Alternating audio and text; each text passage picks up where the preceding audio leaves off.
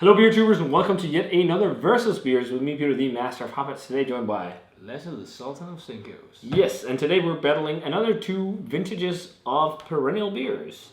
A while back we did battles of Sump vintage battles and also Abraxas, and you've had neither before, I think. No. But they are very great beers, and this time around we have their Prodigal. So I think they made it for the first time in 2018, so we got I'm pretty sure there isn't a 17 version, but we got the 2018 versus the 2019. It is exactly the same beer, right? Exactly the same beer. We're just going to see how 1 year of age does it, and see if there's difference between the recipe. So I'm calling a nerd thing. Yes, this is nerdy. Awesome. This is really geeky. You have to be a nerd now, Leslie. I'm forcing you to be a nerd. Well, you are a nerd just about carpentry, I guess. Everyone's a nerd about something. But Prodigal is their Imperial Stout on 10.5%. It's Imperial Oatmeal Stout made with vanilla and cacao nibs and lactose. So Imperial Oatmeal Milk Stout, if you want to call it that. And this one is 10.5. The 18 vintage. It's Madagascar vanilla beans and cacao nibs, whatever you call it. And the 19 is 11.5%. So what we found with the other beers from these guys was that the 19 vintages were 1% higher on all the beers, which is a bit interesting. And it's in a can instead of a 750. So I think we should start with a small glass here, which is the old vintage. So let's check it out first. So pour is pitch black? Pitch black, no head. If you swirl it, you get a very nice dark head. Actually, like really. A lot of curtains on this glass. Yeah, it's like it looks delicious. It's got this really dark brown color, but yeah, looks nice. Let's check out the aroma. I'm almost getting like coffee notes. Raisins, dark fruits, roasty, toasty. Definitely vanilla. Yeah, a lot of vanilla. A lot of oatmeal for me as well. Like this sweet kind of oatmeal aroma. Yeah, oatmeal, dark chocolate, very dark chocolate, like 9%. Something like that. Almost like a little bit of a biscuity breadiness or something like that. There's like something to me that reminds you of bread, or almost like an Oreo cookie type thing. Something like sweet and slightly cake-like. Yeah, I actually pick up a bit of alcohol in this aroma. Yeah, a little bit, but not in a bad, not in a bad way at all. But nope, but it smells nice. But oatmeal, I can definitely see what you mean by that. Yeah, it smells nice though. It smells like a chocolate vanilla stout. Yeah. Like that. But let's try it. Cheers. Cheers. And we got to give a big thanks to Beer Gym for both of these, actually, because Beer Gym were kind enough to supply them. So cheers to Beer Gym. Check them out. Link is down below. Ooh, lightly tart. Whoa. Really dark fruity compared to the aroma. Yeah. I expected much oat and then really roasty coffee aftertaste. And the vanilla really shines through, I guess. But I expected more vanilla and chocolate from Really? Yeah, I did. There's a lot of chocolate in here, just very, very, very, very dark notes. It's really dark chocolate. It's like 70-80% chocolate. But it almost like has a tartness to it. It's funny, this is more old school Imperial Stout with vanilla chocolate flavors, whereas Abraxas and Sump are like very more new school, like they're very sweet and decadent. This is also sweet, but it's balanced by some roasted maltiness, some tartness from the malt, like a tart roasty flavor. Then the vanilla, the coconut-y thing. Yeah, quite roasty, quite dark fruity. Very roasty. It's much more roasty than I expected. But it's nice. Very, very good. Very thick. Very good. Very creamy. So let's try and move on to the 2019. So the 2019 is whole one, so 10 straight, right? 10.5 and 11.5. So this is 1% higher. But it looks like the same beer, right? The same, yeah. The curtains are there. Actually, a little more head on this one, actually. Yeah, but look, if I can generate some head here, I think the head on this is lighter. Look, yeah, it is. Yeah, I actually see that. The head is actually lighter on the... And more light on it, like it's not so intense. No, like this is so dark and dense, whereas this is a bit more lightly beige. So that's the first difference. Let's check out the aroma.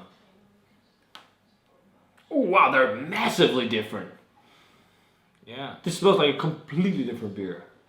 It's like really hoppy, this one almost, actually. Yeah. I'm getting like some grassy... A little boozy, actually. I'm getting grassy hoppy notes. and licorice. Metallic, Brett says. Oh, yeah. I don't know, Yeah. maybe a little bit. Yeah. Maybe a little bit. I think it's very metallic.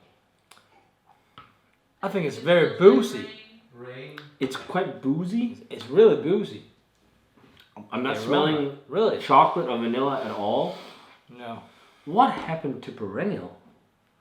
Wow. All the new vintage It's is very metallic. Thank you, Brett. Yeah. It smells Whoa. like The more I'm smelling it, the more I see it, yeah. It smells like... It's almost like when you're welding or something like Or that. like if you cut yourself and you taste your blood. Yeah. When you chew in tinfoil. What is up with this brewery? Like, Actually, it smells like tinfoil. Yeah. a little bit. Fuck. And rain. Rain? I don't know. Rain? I don't know. I think like it's really dark fruity. Like Whoa, raisiny dark fruity. Very dark fruity. And I'm not smelling vanilla or chocolate at all. Let's try it. It smells like a completely different beer.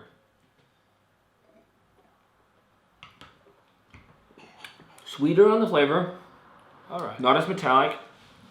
Very molassesy. The aftertaste is pretty metallic, actually. I think There's there's no oatmeal Yeah. in this one at all. No, it doesn't have that oatmeal sweetness, but it has like just sugary sweetness. It's more light. It's a lot more I think it has light. more sugary sweetness.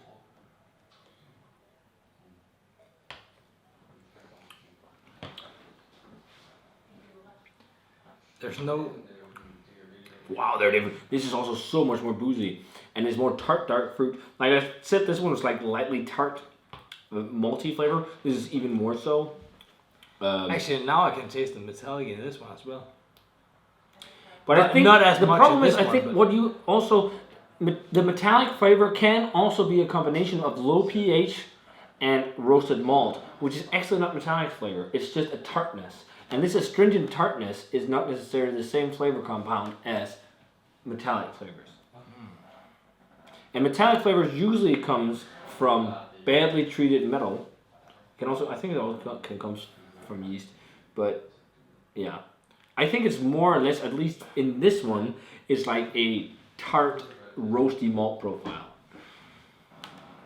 But yeah. But man, they're quite different. I prefer, like the other ones, I prefer the old vintage. Like on all the Perennial beers, it seems like they changed their stuff way too much. I think if you want to trade for Perennial barrel aged stuff, you should get the 17-18 stuff. I prefer this one as well. Yeah, it has some, but this one has some sweetness, but it's more of a sugary sweetness. But I will say, as a base beer, it's nice. But I thought it would be more like chocolatey, vanilla-y, fudgy than it is, because the other beers are more like oomph on the adjuncts that are in. But I still think it's a very nice Imperial Stout. I'm just a little bit disappointed because I held Perennial to such a high regard, and I guess I still kind of do. But I think the newer vintage stuff they've done is not as good as like 17 and older. In my opinion. You've not had it. This is your first Perennial beer, so. Yeah, But I'd say a 93 on the 18, like an 88 maybe on the 19. It's like, it's from a brewery that's this renowned. I would actually rather have I'd rather have the stout we had from Spike, the last one, or the porter, the coconut one. Yeah. To be honest, which is, I think is Spike has also made some nice beers, but the 19 Perennial Prodigal is not really all that it's hyped up to be, I guess. I'm disappointed. okay. But I think the 18 is still nice, but I still prefer other Perennial stouts to this. I agree with Peter. In my opinion, this one is a 90, and the newer one is It's like really astringent. an 85, I guess, because of the metallic flavor that Brad reminded me about. I think actually also it's quite hoppy, the new one. I don't think maybe per se it's that metallic having another sip, but Yeah. I think it's more this like. But when you compare, almost like soy it's sauce easy to as see well. the difference. That's the fun differences. thing. Well, that's the And I fun prefer thing. this one, so it's much easier to see the Yeah. fails on this one. That's why it's also fun to do these side by side, because you really get to see how aging does, different, or makes a beer different and all this, and just see how vintages differ. But hey guys, if you had a chance to try either the 19 or 18 Prodigal, let us know what you thought of them. They're nice, but it's not my favorite perennial beers. Definitely, Braxis is still number 1, and then I think some is definitely number 2. But if you had either of these, let us know what you thought of them. Thanks a ton to Beer Doom for getting us these, because they're awesome. And check them out. Link for their webshop is down below. They have numerous different beers on there. I don't know if they still have perennial stuff, because I've been sitting on these for quite a while. But check them out anyways. And Les is tired. He needs to finish up his beer and go to sleep. No, but as always, remember to comment, subscribe, check out the Facebook fan page and Twitter and Instagram. Give this video a thumbs up if you enjoyed it, and we're going to say cheers in the old one. Yes. And see you guys in another beer review. Okay, beer troopers, this is a post-credit scene of the battle against the Perennial Abraxases. I have a thing when we do these tastings. I hate having bottles standing around with beer in them, so I rinse them in water and drain them before I go down with them, because if they stand overnight, they end up stinking. I rinsed my can of Prodigal, and it broke now because it's so fucking moist. There's a fucking rubber band in it. That was why it's tasting like shit.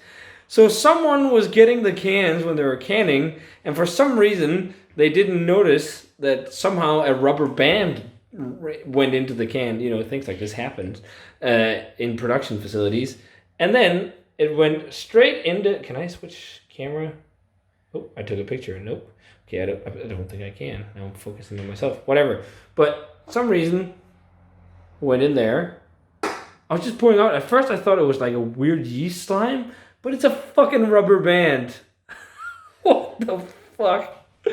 So that way, and actually smelling the rubber band, it smells like Imperial Stout and like fucking weird. It smells like, look, it broke almost. Yeah, it's that where the metallic flavor comes from, I think. Even though it's not metallic, it's rubber band flavor. But the more you smell it, it's like a weird astringent thing. But yeah, what the fuck?